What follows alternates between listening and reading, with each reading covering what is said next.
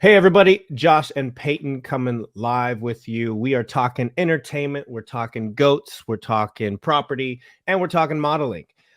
Today we have with us the one and only season 19 winner of America's Next Top Model, Miss Laura James, talking with us today. Miss Laura, how are you today? Oh, I'm great. I'm really great. How are you guys? I'm great. The reason I was shaking my head during that intro is because, as you know, Laura, that was probably our 12th take of the intro, and he totally stole my goat idea. Anyway, welcome. How's it going? Yeah, well, I don't know what you said because you keep cutting out, but but we're gonna go with that one. We did try to intro this a few times. Had to get some coffee. Was a little tired, but we're gonna go with it. So, Yeah, we have to because I'll run out of my natural light. okay, And then I turn okay, into a I'm gonna vampire. hurry. So, just really quick, Laura, what's going on with you? Well, Laura, why don't you intro yourself? Because we know you so well. We can go down the rabbit hole with introing you. So, when someone asks what you do these days, what do you say? Yeah. So my name is Laura James Ecker now because I got married in October. Um, Congratulations. thanks. I'm having a great time being a wife, which I never really thought was going to actually happen at some point, but it's happening and I'm loving it. Feel like I'm really good at it.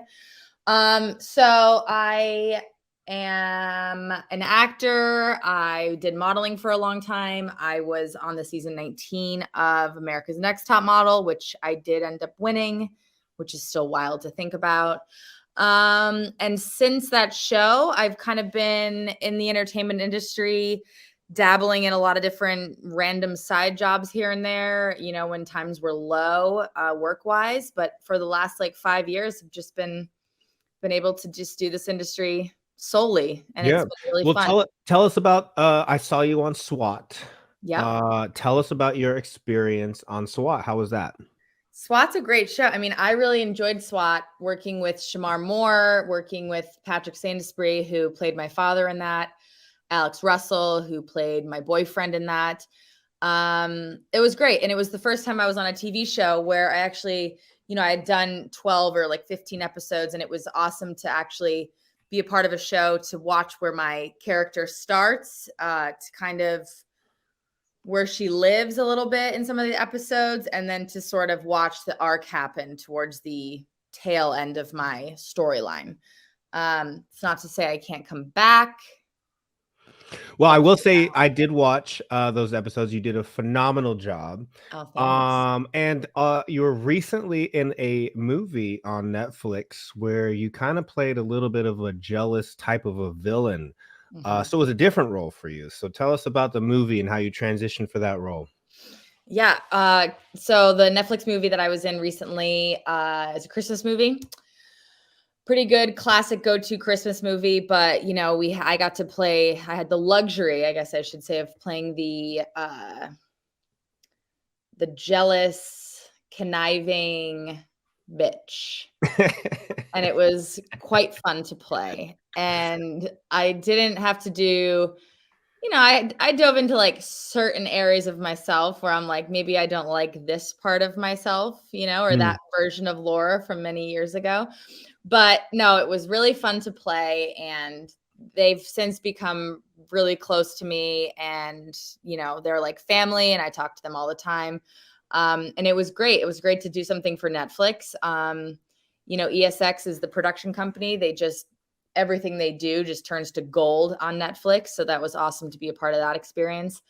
And playing Victoria was awesome. I mean, everyone I think deep down wants to play the villain in something. So I Yeah. got to play that. That kind of leads me to, like, you've been very successful in acting.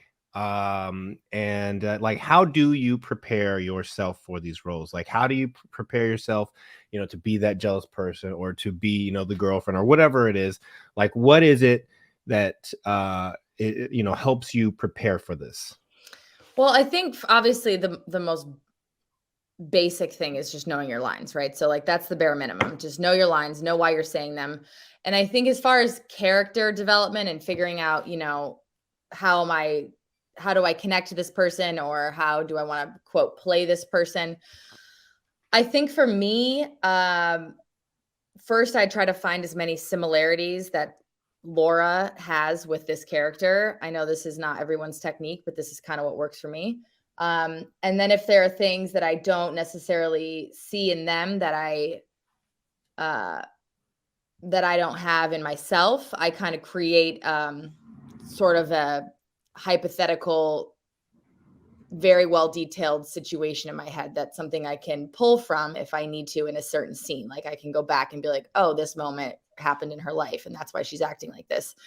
I also think it's really important to find a reason, especially with characters like Kristen Bell had a statement a long time ago about why she likes to play.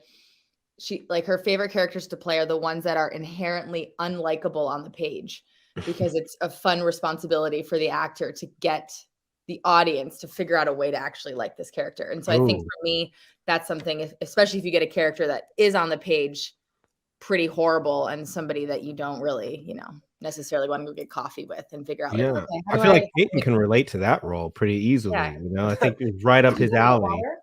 I don't know if I would like that at all. I kind of just am okay with being unlikable, but somehow it works out for me.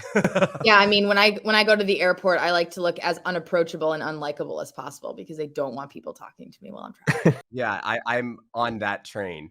So, a lot of people that are new to this industry and a lot of people that we audition all of the time, they think that, once you make it, once you get that role in this industry, kind of your work is done. But, just the other day, I think we were talking to you and you said you were interested in like finding an acting coach for something. And I know at least on 2 occasions when, you were staying next door to me in a hotel, I've heard you working with an acting coach for hours. That's a whole nother story. But yeah, tell us about that. I mean, why are you still taking coaching? Like, what do you look for in a coach? Why is that important to you? Yeah, I just decided a couple days ago, actually, that I'm going to join another sort of virtual. It's a very, very small, was a very curated class. And I decided to join that for about 8 weeks just because, I think that this industry is you could be working and you could be on a show and you could be recurring on a show for 15 episodes a year and it's amazing, or you cannot work for 2 years. It's like, it's really dependent on, at least in my opinion, it's dependent on if they find a fit for you and something that's on TV or in the movies right now, or if maybe it's just not your time right now. But I think it's just always good. Acting is like, it's like a muscle, I think it's beneficial to put it through the gym in a way. And for me, that's kind of like working with an acting coach on certain auditions. Not every audition, but there are certain ones where I'm like, I'm curious to hear somebody else's opinion if I'm missing something, or, I just think it's definitely not going to hurt. And so for me, getting back in class is kind of just to keep those muscles going. Right. Constant training. I mean, how important would you say like that is as far as, continuing to grow knowledge in your industry of acting and modeling? Yeah, I mean, well, continued education in any capacity of any industry is important, whether you're a lawyer, doctor. I think it's always important to be working on yourself personally and also in your business, whatever that is. But, especially for acting, it's like you are, and it goes into your personal as well. That's the same thing. Like you look at a gym membership or an online class workout membership or whatever it is. It's like you have to invest in yourself because you are your own brand, and at any minute, hopefully you get a phone call and they say, we need you to get on a plane tomorrow and start work. You're not going to have months to prepare unless you're like Chris Hemsworth and you get all the time in the world to prepare for a movie. But for the majority of people in this industry, you have to kind of be ready to go, which is hard. It's like you're getting not paid to be prepared. Okay. So, I mean, is modeling, is acting like on the top of your mind? Like that's what you want to do? Is there any more modeling for you, or is that kind of just on the back burner? Or are you just kind of seeing what comes up? I quickly sort of mentally phased out of the modeling world ever since I really did start to really did start to get interested more in acting. I think that it's just a little bit more stimulating for me. I like the physical act of modeling and being on set with like so many different creatives and, working together to create some really cool final product. But for me, I mean, there's nothing better than getting a script, even an audition. Like getting an audition is still exciting for me. And somebody else's words and somebody else's vision for this character. And then it's up to you to sort of bring that to life. I think it doesn't really get better than that. So for me, But I acting is did important. recently see that you just did a photo shoot, I did. pretty recently in LA, and hopefully we're gonna throw some pictures right here. Boom, Mhm. boom, boom. And tell us about that photo shoot. What's the inspiration behind it? Yeah, he's first of all, he's an incredible photographer. I was quite shocked that he had reached out to my manager and wanted to set that photo shoot up when he was in LA. But I obviously jumped on the opportunity and it was amazing. And what made it even more amazing is that we basically did that whole shoot in less than like an hour and a half. Um, and his wife did the makeup. She's incredible. They're both Austrian. And yeah, we banged it out and it was a lot of fun. And it was honestly one of my favorite photo shoots to this date. Yeah, well, I will say, as fast and rushed as it was, you looked amazing in it. Well, thanks. You're Appreciate welcome. it. And it was actually the first photo shoot I've done while having a baby in me. Oh, goodness. Getting into the baby talk. Okay. Well, So, I So mean, that was I think you're crazy. I think you're like planning on announcing that on your Instagram today, right? I am. Nobody I even plan. knows. Yeah, I'm officially 5 months pregnant today, which is so crazy. and I'd like to say that I think that I had a little part in this, because I did take Laura's husband to the gym that day, and we cold plunge, and we did a lot of different um exercises, and I think he was, just ready to have a baby at that point, and that's what happened. Well, yeah, I mean, he's been ready to have a baby since before we got married, like about a year before we got married. But I think yes, that whole weekend he was very ready to go and fully prepared and prepped. Let's hope that's not the reason that it did happen, because if Josh Weinstein It has probably is, anything to Peyton. do I have a with lot of like bearing a child, like we should start worrying right now.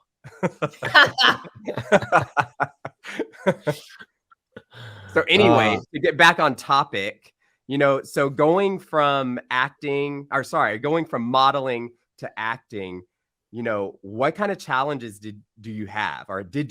I'm sure you still run into things all of the time. Obviously times are changing in the industry, but years and years ago, I worked with models who were trying to get into TV, and it was always like, you're too tall, you're too pretty, people can't relate to you, blah, blah, blah. So what kind of challenges have you ran into, and, how do you push through those? Yeah, I mean, in the beginning, it was all of that stuff, especially because I had started sort of transitioning into acting in the earlier youth of my 20s. So I kind of just, for me, already being, I think, in that age in the modeling industry, you're already extremely insecure as a person and as a individual in this industry. So I think on top of that, sort of transitioning into it, as a model, I think for me at least, I was always very aware of my body. I was aware of how I was standing. I was aware of how did my leg look in this position? How did my arms look in this position? So you're constantly like aware of your shape and your angles and your body and the lighting and everything. So that when I went to set, it definitely, especially in my earlier like auditions even, or certain acting roles that I had booked that were smaller, I was very aware of my body, of my angles, of, oh God, does this look okay? I have no idea what this looks like. And it takes you out from being a present actor, So for me, that was 100% the hardest thing for me. And I think that was one of the reasons why I loved being on SWAT and working with the in-house director, Billy, because he was somebody that really would come up to me and be like, stop popping your hip out. Like, you look great. Stop stop, thinking about what you look like. And for me, I was like, oh, he's right. Like I'm taking myself out of this scene right now because I'm worried about where's the camera located and this and that. And I think that the way to break that, for me at least, is to it does take experience with the more and more you're on set. And I think as you get older, it's like you start to just care less about what other people think, and you start to just what feels good. Like if I'm in a scene and I just feel comfortable, like it is what it is, however my leg looks, Yeah. Now, I mean, you're a successful actress now, but I want to backtrack a little bit and kind of just talk about how you got started, your time in America's Next Top Model. Obviously, season 19, you won that season. What was your time like on the show? Was that like the start of it for you? Is that like what got the ball rolling, and then kind of your experience with the show? Yeah, I mean, it was definitely my first experience within the entertainment industry. My dad was an actor, but everyone thinks I was like just trailing around on set with him because they hear my dad was an actor. That's not the case. I grew up on a farm in the middle of nowhere in upstate New York. I was not on set. I was not doing anything. The extent of my acting experience was me doing home videos around my house with my brother and my friends, making them. Was your brother a good actor? No, I was always the best. Oh, okay. Making my friends, act in horror movies and stuff with me too. But I didn't have any experience. I sort of auditioned for Top Model because a commercial for it came on my TV, and it was like, do you think you have what it takes to be America's Next Top Model? And I was like, I don't know. And so then I sent them an email, and next thing I know, I'm standing in front of Tyra, and there's 30 plus other women there. And I was like, well, you know what?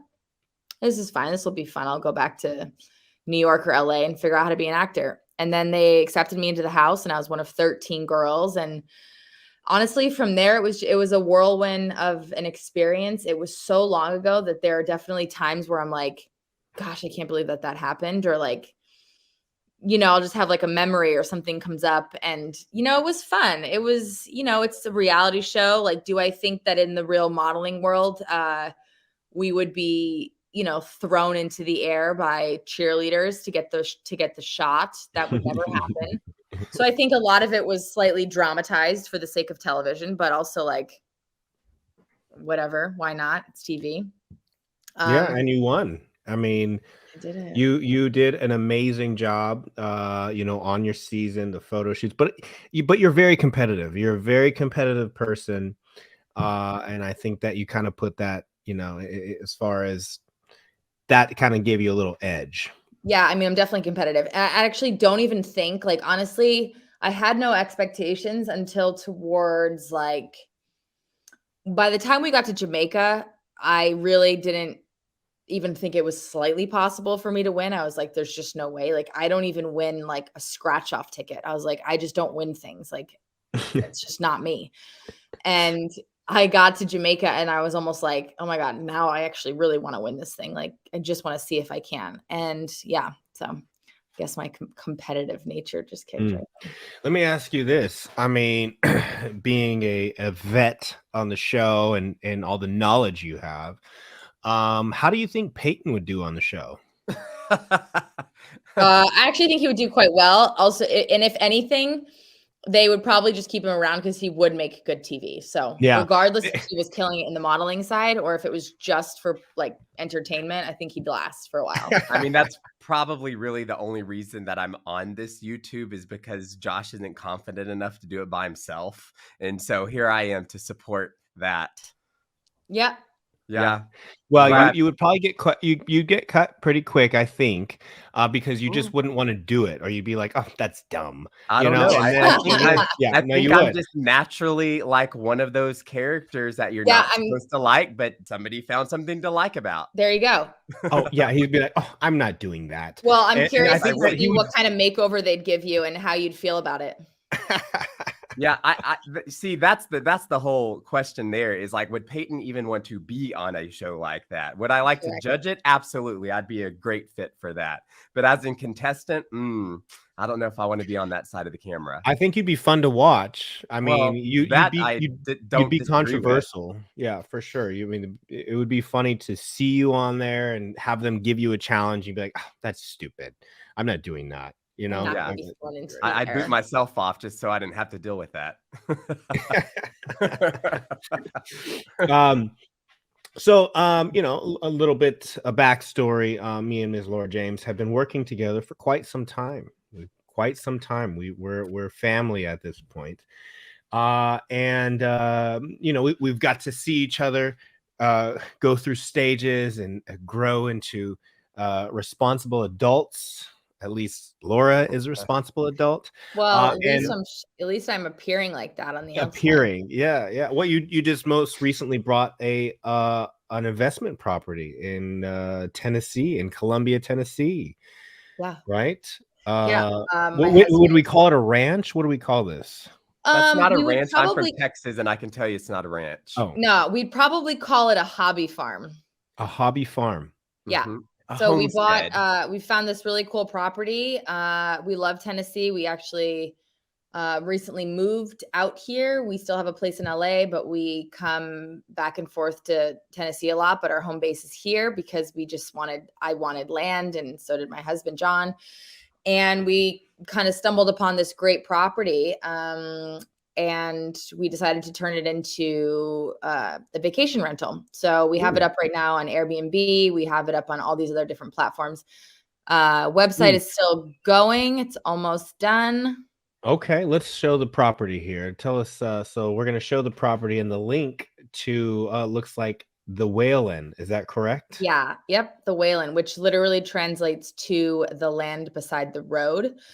And we have we have five goats. We have 5 chickens. The goats are currently my wildest obsession. Like, I cannot not be thinking about them. So let me ask you though, if somebody books, to stay at the Whalan, one, I definitely want to check it out. I think me and Peyton should stay there.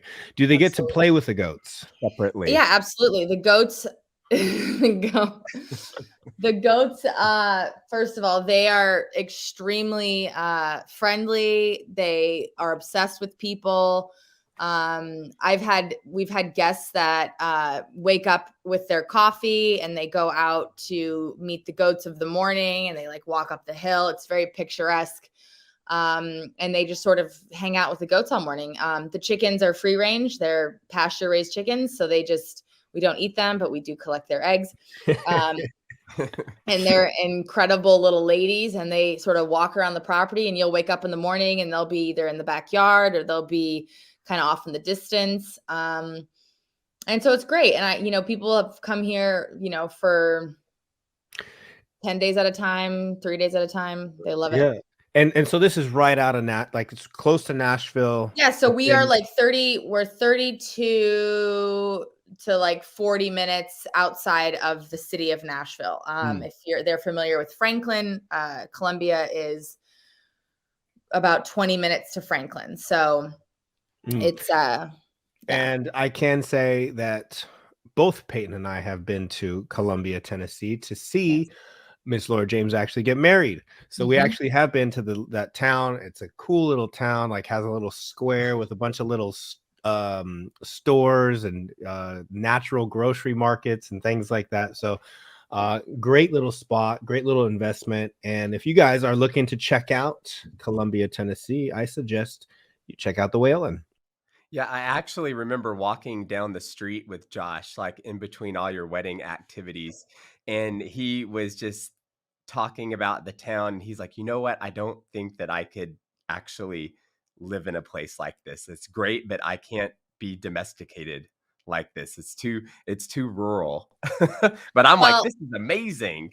It's the best. It's the best. And I wake up every morning and I don't have this sort of like anxiety, this pit in my stomach of like, that just feeling that I would have every day when I lived in LA. And I just like to be able to wake up and see the goats. So if I feel like going over to the property and whatever it is, just being able to, I don't know, I just feel it's great. I love it. And it feels like, you know, you go to the town square, you feel like you're in a legit Hallmark movie. And I love every second of it.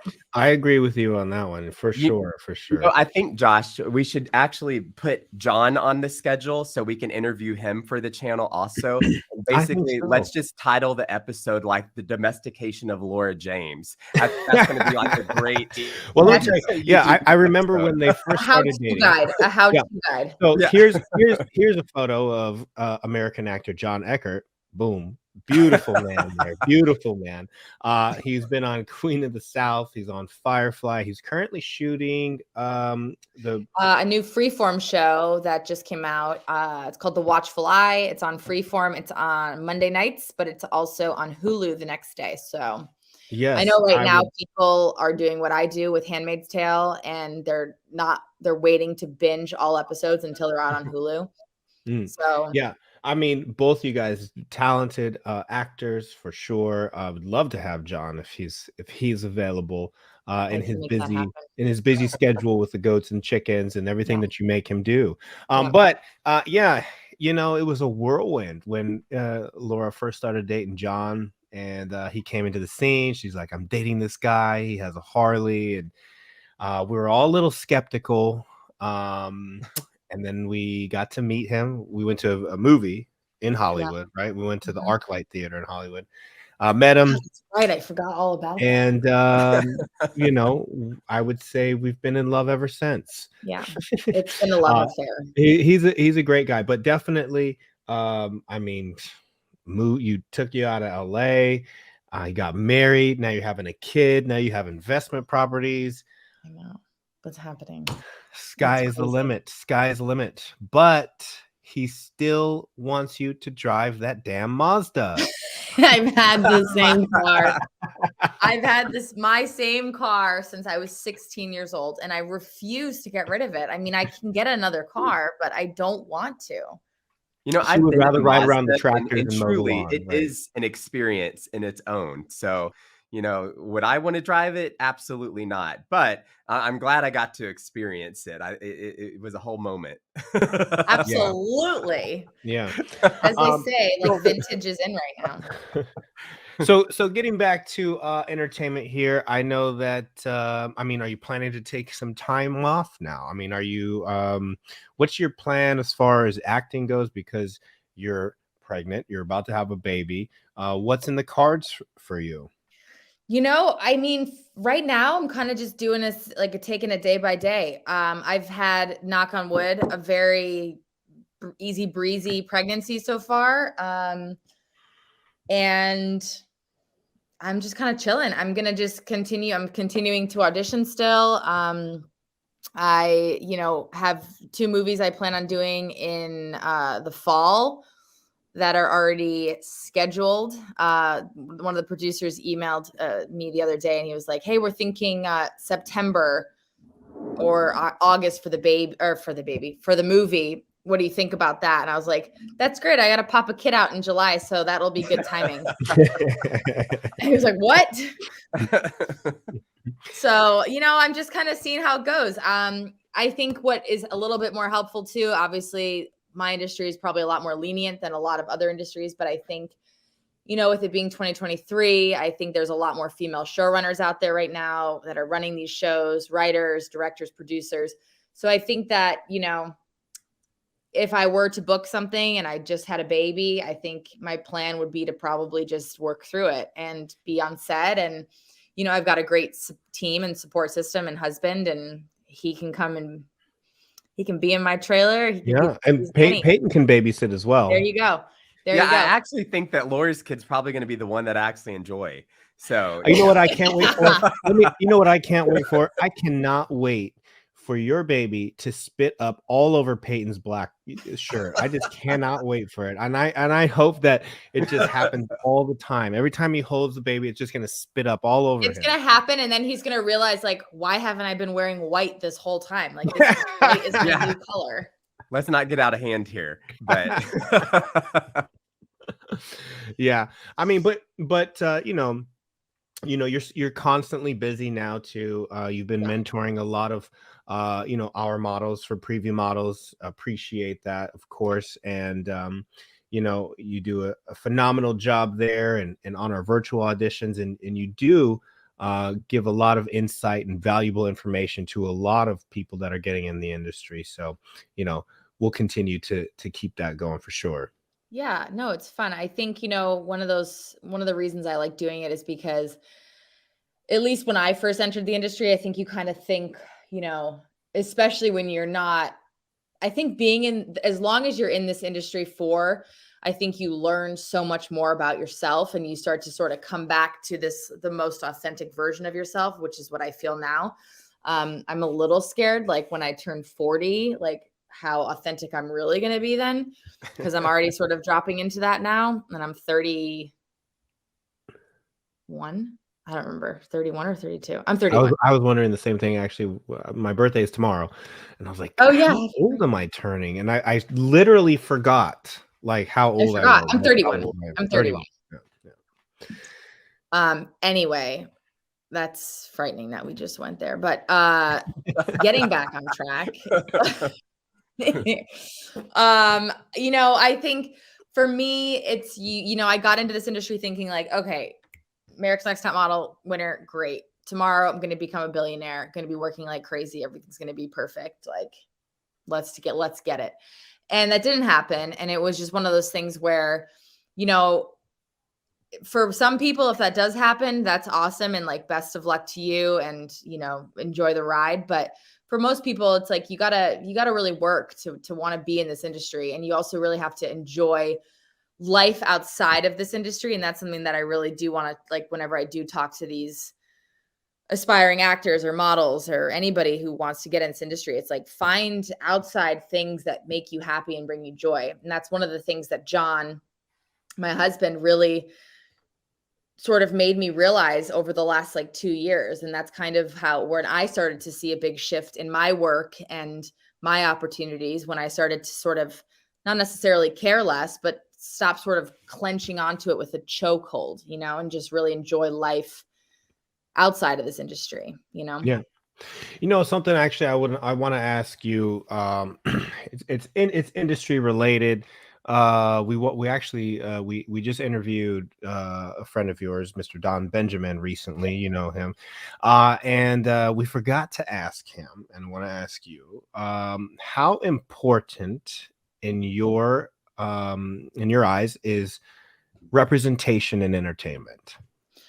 I think I think representation's great. I mean, I would never choose to be unrepresented, I guess I would say. So for me, it is important. And for the viewers, representation, we're talking about agencies, management companies. Right. Exactly. I think, one of the biggest reasons for me, especially just being a female in this industry, is to help really suss out opportunities that are A, unsafe, B, not really worth your time, and something that's going to just sort of continue to aid and help you towards your future, as far as projects go.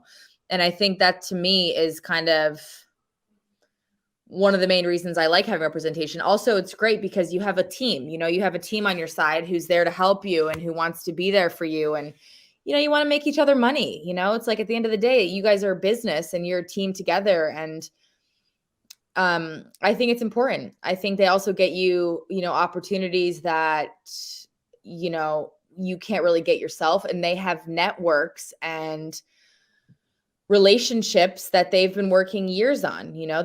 A lot of them have been in this industry. They grew up in this industry. They have friends in this industry, whatever it is, but they have their own network. And so when you're represented by somebody that is really well connected, it's like you also get, if you're lucky, you get their network as well, Mm-hmm. Do you think that your representation has become even more important now that you're not full-time in LA?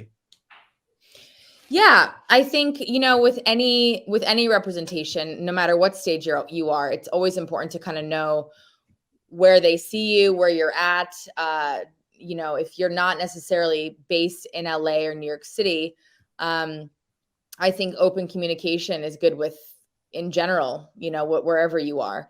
But, you know, the industry still, at least for acting, I know modeling and commercials have returned to in person, but at least for acting, everything's still virtual. So at this moment, it doesn't really matter, at least for us. And John's working all the time. If you're in LA or if you're in Alaska, you know, you can still get that self-tape out. Yeah, and I mean, have you seen that change as far as auditions and you know, virtually? Like, I mean, is that where it's headed? Yeah, and I think that's where it's going to stay, honestly. I don't think that there's much of a reason. I think casting directors like that this is all virtual now because they can see more people. They don't have to worry about people getting sick, coming into the office, being really close. I mean, you're close when you're doing an in-person audition. You're close, you know. And there's a lot of actors that prefer in-person auditions, and they hate this virtual way of life. But I just don't think it's going to change. And you know, I think for tests, which basically is if you get close to booking a job and you get set up with a test, you'll go in and you'll do the scenes and you'll do all this stuff in front of the network. I think those will probably be in person just because there is like a bit of a chemistry that does need to come across in person. But as far as auditions go, no. I think it would be superior though, because, you know, you're ultimately going to be on camera if you book the job. And so why not see what somebody looks like on camera, you know, from the get-go? Seems I think so too. And I think, you know, it's nice because a lot of people have, and I've been into some in-person auditions and I've just been like either having a bad day or, you know, it was you're sitting in bumper to bumper traffic on the way there and you're just ready to like jump out of the building and you show up and you're frazzled and you've got to do this audition and you have 2 minutes to do it and do the best version of it. And then you leave and that's it.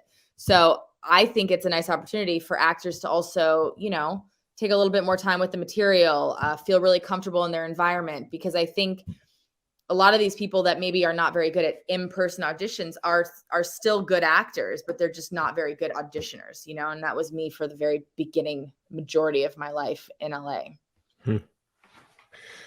Interesting. Thank you for that knowledge. And you know, what would you say to you know, to wrap this up here, like what would you say to, you know, people that are watching this that are really interested in getting into acting and modeling, like just starting out, just some words of advice, like what would you tell them? I probably would say don't do it. Just kidding. I'd say like become a plumber. Do something that's always going to be around forever. That's pretty consistent. But besides that, if you don't want to do that, I would say, you know, this is a really, really fun industry. If you don't make it your life, like if you can figure out a way to balance it, enjoy this industry, enjoy your life outside the industry. And my tactical advice to somebody, if they're just starting off and they're unrepresented, create your own stuff. You want to be an actor, you got a crazy idea for a short film or for a movie or for something, get with somebody that you know either writes or produces or directs or has a camera. I mean, so many things right now can be done on an iPhone. Get out there and do it yourself. Don't be afraid if it's not 100% perfect. It's just about creating stuff that you want to do. And a lot of things right now, it's like you can put something out there and if it's good enough, it'll spread. And that might be a way to help sort of get yourself out there as well. But yeah, I would say, yeah, just work on making your own stuff and be motivated and be excited about this industry if you really want to do it. Awesome. Well, I want to thank you for spending time with us today. I appreciate you coming on here, and I'm sure that all of everybody watching is enjoying this. You're a fun personality and always a joy to be around. So thank you again. Peyton, go ahead and thank our guest. Yeah, thanks. But I wanted Laura to tell us. Thanks, Laura. But why don't you tell us, how do we follow you? How do we see what you're doing? And if we want to come out to the country and like hang out with the goats and chickens, like how do we do that? Yeah. So definitely don't have TikTok. Shout out to people who do. I just can't It's too addicting for me. It makes me feel insecure and weird about my life. I can't do it. So I stick to Instagram only. And that is at Laura Ellen, ELLEN James. And if you want to come to our vacation rental property here in Tennessee, go to www.thewhalan, which is WAYLAN. We'll put a link right here. Yeah, perfect. .com. Yes. Yeah. All And right. I think I heard that if you actually stay there, that Laura's husband, John, will make you a special gift that's custom out of wood. You might have to be like a VIP guest, but I think that's one of the things that you can add on. Absolutely. You guys can confirm that with him when he does his episode. Yeah, great. Yeah, and let him know that we're putting him on the schedule. Yeah. American actor John Ecker. You heard it here first from his wife. He's going to be joining us. We can't wait to have him. Yeah. Entitled Laura's Path to Domestication. Yeah, it'll be Yes. great. Breaking news. All right. Well, Laura, thank you so much again for hanging out with us. I appreciate you. And we will see you on the road. And I look forward to our many lifelong journeys ahead for all of us. Yeah, this new stage is going to be fun. I can't wait to it's gonna see. be I can't great. wait to see it. Yeah. All right. Well, thanks everybody for watching. Until next time, we are out.